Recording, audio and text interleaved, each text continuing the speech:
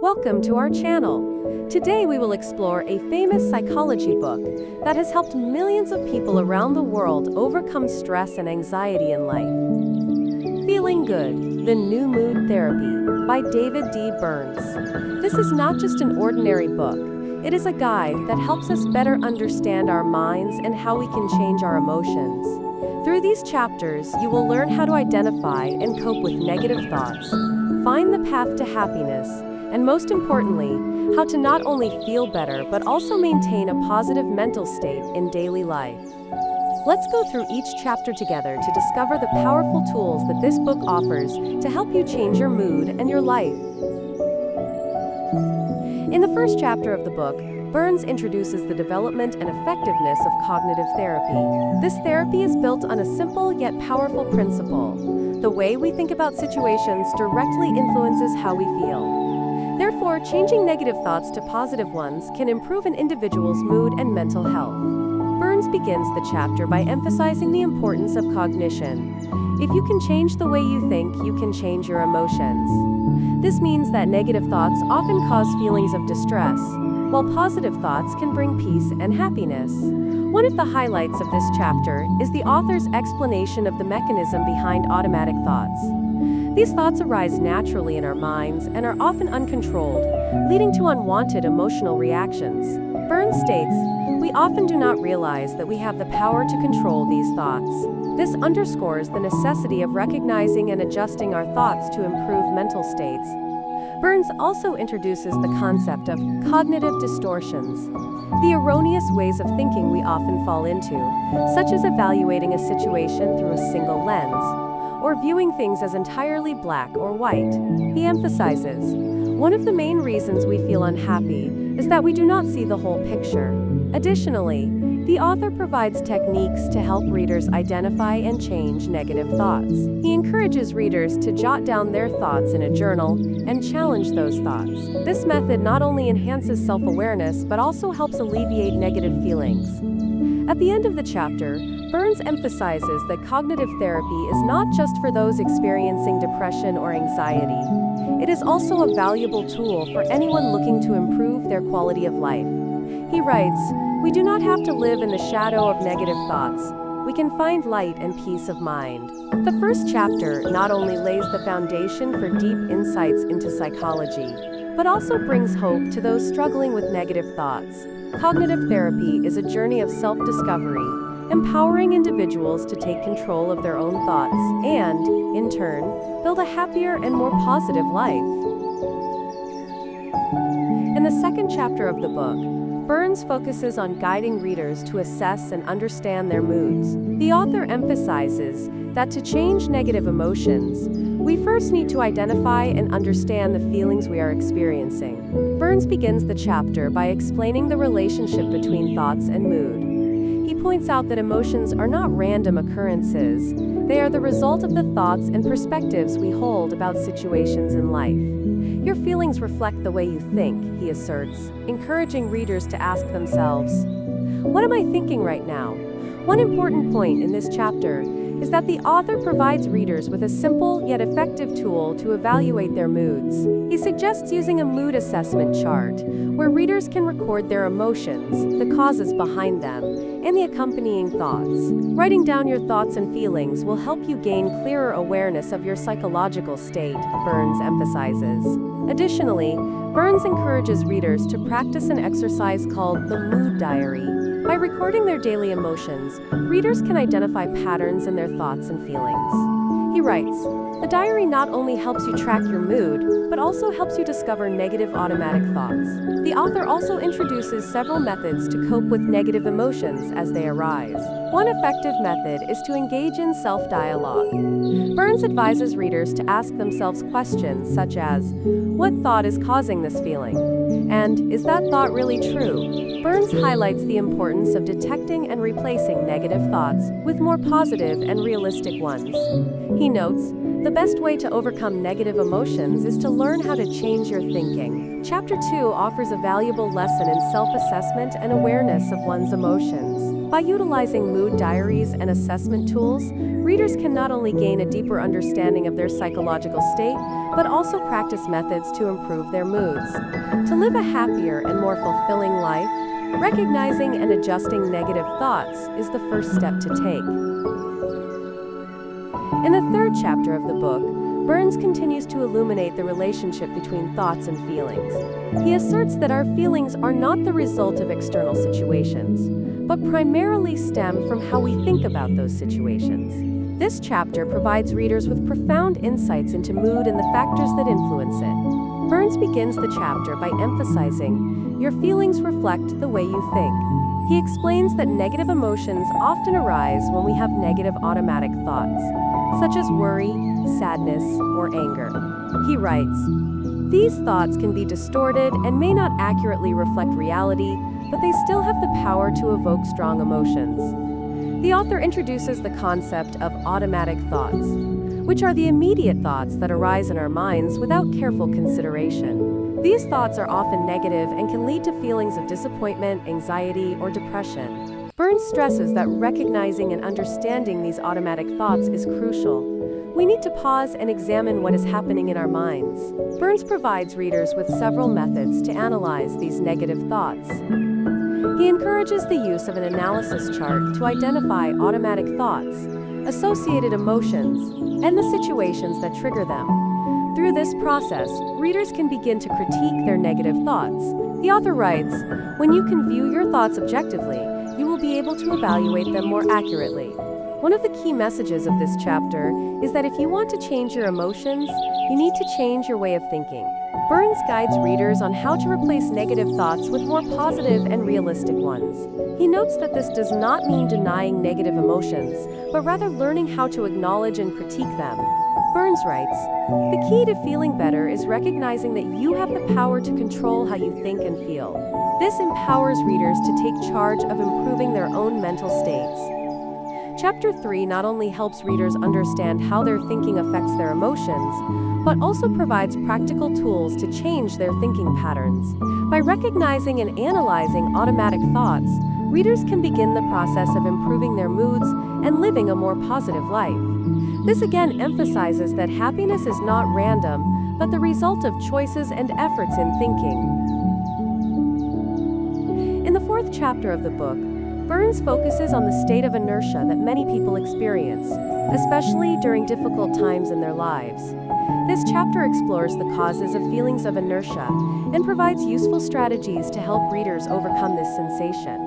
Burns begins the chapter by defining inertia as a feeling of emptiness, loss of motivation, and inability to take action. He describes this feeling as a darkness that many people go through, particularly when facing stress or failure.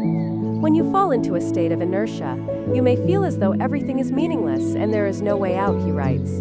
The author analyzes several potential causes that can lead to inertia, including work pressure, personal relationships, and social expectations. Burns emphasizes that this state is not a sign of weakness, but rather a normal mental response when faced with overwhelming stress. To help readers overcome feelings of inertia, Burns offers several practical techniques, including setting small goals. Burns advises readers to break down larger goals into smaller, more manageable steps. Starting with simple tasks can create momentum for you, he notes. Creating an action plan. Writing out a specific plan can help readers organize and identify the necessary steps to overcome inertia. The author encourages jotting down what needs to be done and the timeline for execution to create a sense of accountability. Seeking support. Burns highlights the importance of connecting with friends and family during tough times. Sharing your feelings with others can provide the emotional support you need, he says. Practicing gratitude. The author also suggests that practicing daily gratitude can help shift our perspective on life. When you focus on the good things in life, feelings of inertia will gradually fade, Burns emphasizes. Burns encourages readers to track their progress and acknowledge their achievements, no matter how small. He writes, "Every step forward, no matter how minor, deserves recognition." This will help you feel more confident and continue your journey. Chapter 4 provides deep insights into the state of inertia and offers practical tools for overcoming it. By understanding the causes and implementing the suggested techniques, readers can find their way back to motivation and happiness. This chapter once again emphasizes that while feelings of inertia can be challenging, there is always hope and a way to move forward. In the 5th chapter, Burns continues to explore the factors that influence our mood, specifically the cognitive traps that people often fall into. This chapter focuses on recognizing common thought errors and providing strategies to overcome them to improve mental health. Burns begins the chapter by explaining that cognitive traps are distorted thoughts we tend to apply in our daily lives. He writes, "These cognitive traps can make you feel worse and prevent you from finding solutions to your problems." The author lists several common types of cognitive traps, including all or nothing thinking, seeing situations in black and white without recognizing the gray areas in between, overgeneralization, relying on one negative experience to assert that everything is bad, personalization, making you feel responsible for everything negative that happens, even when it may not be the case, catastrophizing, predicting that bad things will happen without any real evidence. Burns emphasizes that these cognitive traps can lead to negative emotions and feelings of despair, making it difficult for readers to make positive decisions. To help readers overcome these cognitive traps, Burns provides several useful strategies. Identify and write it down. The author advises readers to note negative thoughts as they arise. This practice will help you recognize the cognitive traps you fall into. Evaluate the rationality. After noting your thoughts, examine and assess them. Ask yourself, is this thought true, and is there evidence to support or contradict it? Replace with positive thoughts. Burns stresses that once you have identified and evaluated negative thoughts, you should replace them with more positive and realistic ones. He writes, "The best way to overcome cognitive traps is to repeat positive thoughts in your mind." Practice self-compassion. The author encourages readers to be gentle with themselves when they fall into cognitive traps. "We are all human and make mistakes sometimes," he states.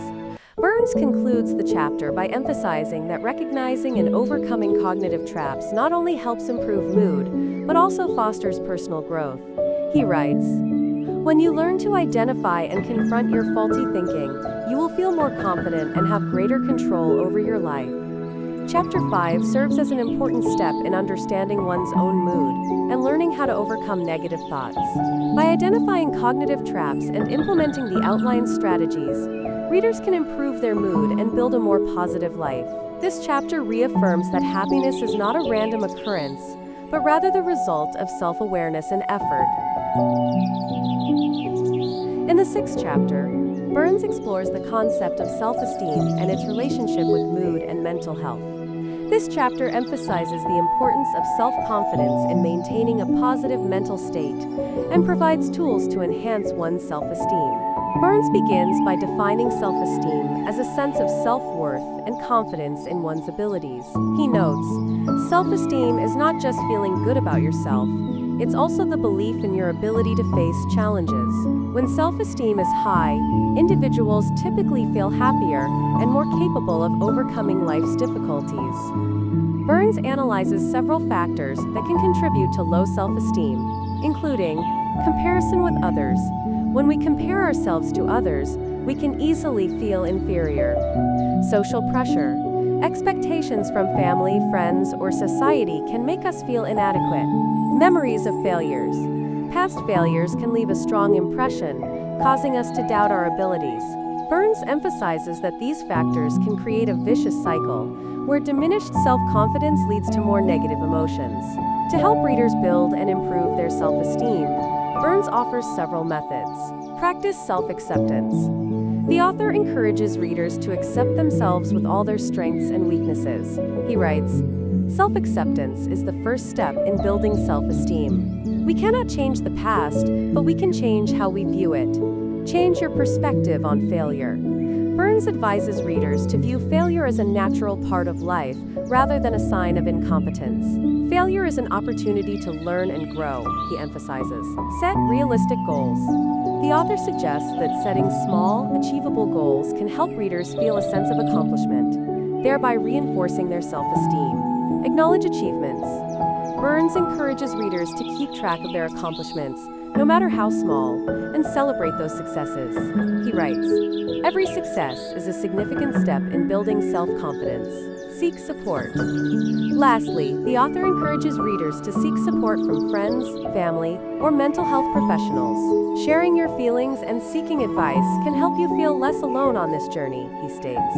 Burns concludes the chapter by emphasizing that high self-esteem not only improves mood, but also positively impacts other areas of life, including relationships, work, and overall health. He asserts, "When you believe in yourself, you will have the strength to pursue your dreams and overcome any challenges." Chapter 6 is a crucial step in building self-confidence and self-esteem. By understanding self-esteem and implementing the suggested methods, readers can improve not only their mood, but also their quality of life. This chapter once again affirms that self-esteem is an essential factor on the journey to happiness and mental health. In the 7th chapter, Burns focuses on the role of social support in enhancing mental health and emotional well-being. This chapter highlights the importance of relationships and how connecting with others can help us navigate life's challenges. Burns opens the chapter by emphasizing that humans are social beings and need connections with others to feel happy and secure. He states, "Quality relationships can be a tremendous source of strength, helping us cope with stress and crises." The author points out that loneliness and a lack of social support can lead to feelings of despair and depression. The chapter outlines several benefits that social support provides, including stress reduction. Having someone to share worries and difficulties with helps alleviate mental pressure. Improved mood. Connecting with others can bring happiness and enhance positive emotions. Increased resilience. Those with strong support networks tend to recover more quickly when faced with crises. Encouragement for personal growth. Positive relationships can motivate us to become better versions of ourselves. Burns offers several strategies for seeking and maintaining social support. Building a network. The author encourages readers to take an active role in creating and maintaining relationships with friends and family. Don't hesitate to open up and share your feelings with others, he advises. Engaging in social activities. Participating in clubs, sports groups, or volunteer work can help you meet like-minded individuals and forge new relationships. Effective communication. Burns emphasizes that open and sincere communication is key to maintaining good relationships. He writes, "Learn to listen and express your feelings clearly." Accepting help. The author advises readers not to hesitate in accepting support from others. Sometimes, accepting help is a sign of strength, not weakness, he highlights. Evaluating and choosing relationships. Burns also encourages readers to assess the quality of their current relationships. Look for people who bring positivity and support into your life, he says. The chapter also takes time to discuss loneliness and how individuals can cope with it. Burns emphasizes that loneliness can occur even when surrounded by people. Loneliness is not just about lacking companions, it's about lacking connection and understanding, he writes. Burns concludes the chapter by stressing that seeking social support not only improves mood, but also has a positive impact on overall health. He asserts, "When you feel supported, you will be able to face any challenge life throws at you." Chapter 7 provides deep insights into the importance of social support in improving mental health. By understanding the role of relationships and implementing the suggested strategies, readers can discover ways to connect with those around them and build a robust support network. This chapter reinforces the idea that mental health stems not only from within, but also from the relationships we cultivate around us. In the 8th chapter, Burns explores the power of positive thinking and how it can enhance mood and overall quality of life. This chapter emphasizes that positive thinking is not just a mental state, but also a powerful tool that can help us overcome difficulties. Burns begins the chapter by defining positive thinking as the ability to view situations from an optimistic perspective, even when faced with challenges. He explains, "Positive thinking does not mean denying reality, but finding opportunities in difficulties." The author emphasizes that positive thinking can help reduce stress, anxiety, and depression. The chapter lists several benefits that positive thinking offers, including improved mental health. Research shows that individuals with a positive mindset tend to have better moods and are less likely to suffer from depression. Enhanced resilience. Positive thinking can help improve the immune system and reduce the risk of stress-related illnesses. Faster recovery. Those with a positive outlook are more likely to bounce back quickly from setbacks and hardships in life. Better relationships. Positive thinking fosters better relationships with others, creating a strong support network. Burns provides several strategies for developing a positive mindset in daily life. Practice gratitude. The author advises readers to take time each day to note the things they are grateful for. Gratitude helps us recognize the good in life, even during difficult times, he writes. Create positive affirmations. Burns encourages readers to establish positive affirmations that they can recite daily. Remind yourself of your strengths and achievements, he says. Transform negative thoughts. The author guides readers on how to identify and reframe negative thoughts into positive ones. When a negative thought arises, pause and ask yourself, is this true? Is there a more positive way to view this issue? Surround yourself with positive people. Burns emphasizes that connecting with positive-minded individuals can inspire and support us in cultivating a positive mindset. Choose the people you spend time with wisely, as they can significantly influence your mood, he advises. Practice forgiveness. The author believes that forgiving oneself and others is also crucial in developing a positive mindset. Forgiveness helps release negative emotions and creates space for positive thoughts, he writes. Burns concludes the chapter by stressing that achieving a positive mindset is not easy. It requires effort and perseverance. He asserts, positive thinking is a skill that can be learned and developed, and it can lead to significant changes in your life. Chapter 8 highlights the importance of positive thinking in enhancing mental health and quality of life. By applying the suggested strategies, readers can cultivate a positive mindset and create a better life. This chapter once again affirms that happiness is not a random outcome, but a product of the positive thoughts and actions we engage in every day. In the 9th chapter, Burns explores helpful strategies and tools that aid readers in managing their emotions and coping with difficult situations in life. This chapter emphasizes that developing coping skills can improve our mood and maintain better mental health. Burns begins the chapter by highlighting that life will always present challenges and difficulties. No one can completely avoid negative emotions, but how we respond to them can make a significant difference, he writes. The author argues that developing coping strategies will help us gain control over our emotions and alleviate feelings of stress. This chapter presents several specific strategies for managing emotions, including identifying and accepting emotions. Burns emphasizes that recognizing and accepting emotions is the first step in managing them. Do not try to deny or escape negative emotions. Allow yourself to feel and accept them, he advises. Keeping an emotion journal. The author encourages readers to keep a daily record of their emotions. Journaling helps you become more aware of your feelings and identify their root causes, he writes. Practicing meditation and mindfulness. Burns introduces meditation and mindfulness as useful tools for managing stress and emotions. Mindfulness helps you live in the present and reduces anxiety about the future or regrets about the past, he explains. Using inner dialogue techniques. The chapter also discusses using inner dialogue to change how we think about ourselves and situations. Talk to yourself as you would to a close friend, Burns advises. Building positive habits. The author emphasizes that establishing positive habits in daily life can enhance mood. Exercising, eating healthily, and getting enough sleep all positively affect your mental health, he states. Seeking help when needed. Burns encourages readers not to hesitate to seek support from others when necessary. There is nothing wrong with asking for help. Support from friends, family, or professionals can help you through tough times, he writes. The chapter also discusses how to cope with feelings of failure and pressure. Burns stresses that failure is a natural part of life. View failure as an opportunity to learn and grow, he advises.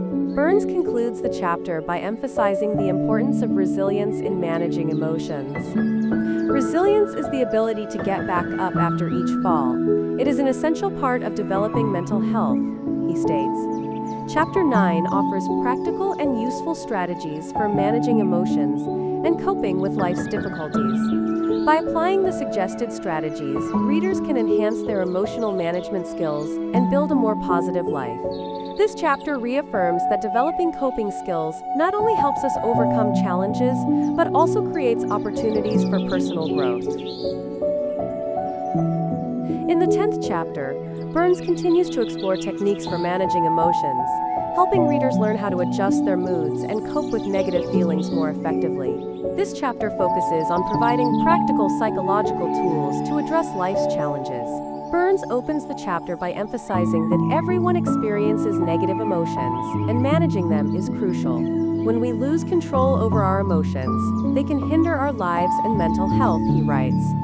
The author explains that utilizing emotion management techniques can lead to a happier and more fulfilling life. This chapter introduces several specific techniques that readers can apply to manage their emotions. Identifying negative thoughts. Burns advises readers to learn how to identify and record negative thoughts they encounter. When you recognize these thoughts, you can begin to change them, he explains. Changing thoughts. Once negative thoughts are identified, Burns suggests that readers practice changing them into more positive ones. Ask yourself, is there a more positive way to view this issue? He says. Positive visualization. This chapter also introduces the technique of positive visualization, where readers can imagine positive situations or favorable outcomes in the future. Positive visualization can create motivation and optimism, Burns emphasizes. Using a resource list. The author encourages readers to create a list of resources they can use to overcome difficulties. This list can include friends, family, or hobbies that help you feel better, he writes. Stress reduction techniques. Burns proposes stress reduction techniques such as deep breathing, meditation, or yoga to help alleviate stress and improve mood. Self-care is vital for maintaining mental health, he stresses. Establishing positive habits.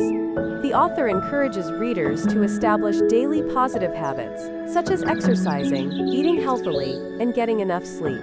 These positive habits will significantly influence your mood and feelings, Burns states. Forgiveness techniques. This chapter also highlights the importance of forgiving oneself and others. Forgiveness helps release negative emotions and creates space for positive thoughts, he notes. Burns concludes the chapter by emphasizing that managing emotions is not only a personal journey, but also involves planning for the future. Identify the positive goals you want to achieve and create a specific plan to accomplish them, he advises. Chapter 10 provides a range of useful techniques for managing emotions and addressing life's challenges. By applying the suggested techniques, readers can enhance their emotional regulation skills and lead a more positive life. This chapter reaffirms that mental health can be improved through the regular and consistent practice of emotion management techniques.